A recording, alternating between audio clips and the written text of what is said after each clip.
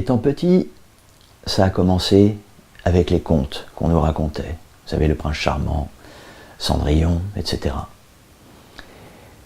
Ça s'est poursuivi avec les héros de bandes dessinées ou de romans, avec la collection Harlequin, puis même étant plus grand avec bien sûr les soap opéras, les séries télévisées, vous savez, les grands médecins qui tombent amoureux des petites infirmières, les 50 nuances de gris pour la ménagère de moins de 50 ans, les Dallas, les feux de l'amour, etc., etc. Une fois ces visions fantasmatiques de l'être idéal placées dans le GPS de notre idéal de vie, arrive la déception de la personne avec qui l'on vit, des personnes que l'on rencontre, et qui ne sont pas comme ça.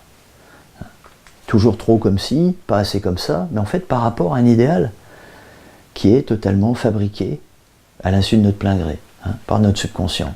Et donc, on rencontre comme ça en cabinet des personnes qui depuis des années vivent avec des personnes ou changent de personnes et se disputent toujours, essayent sans arrêt de changer l'autre.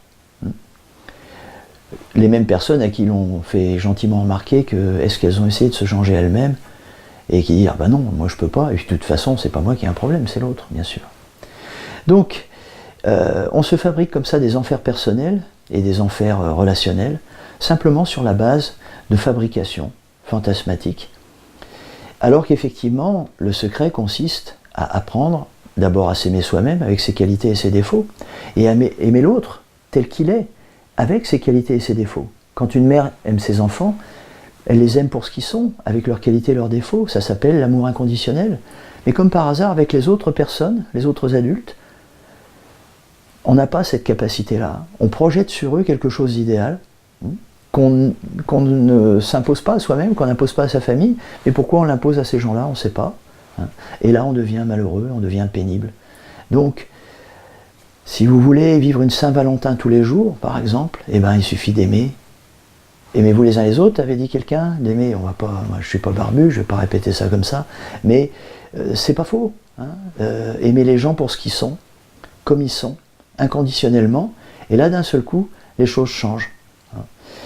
Simplement, il faut arriver à faire, et c'est très difficile, la part des choses entre le fantasmatique et le réel. Et donc attention à cette habitude que l'on a prise, puisqu'on est dans un monde beaucoup de virtuel, pour se distraire à regarder des gens photoshopés ou des trucs people, et de croire que c'est la vraie vie, et après d'être déçu par notre conjoint qui pète un coup, ou notre conjointe qui a un petit renvoi mal approprié. Tout ça c'est mignon. Joyeux Saint-Valentin.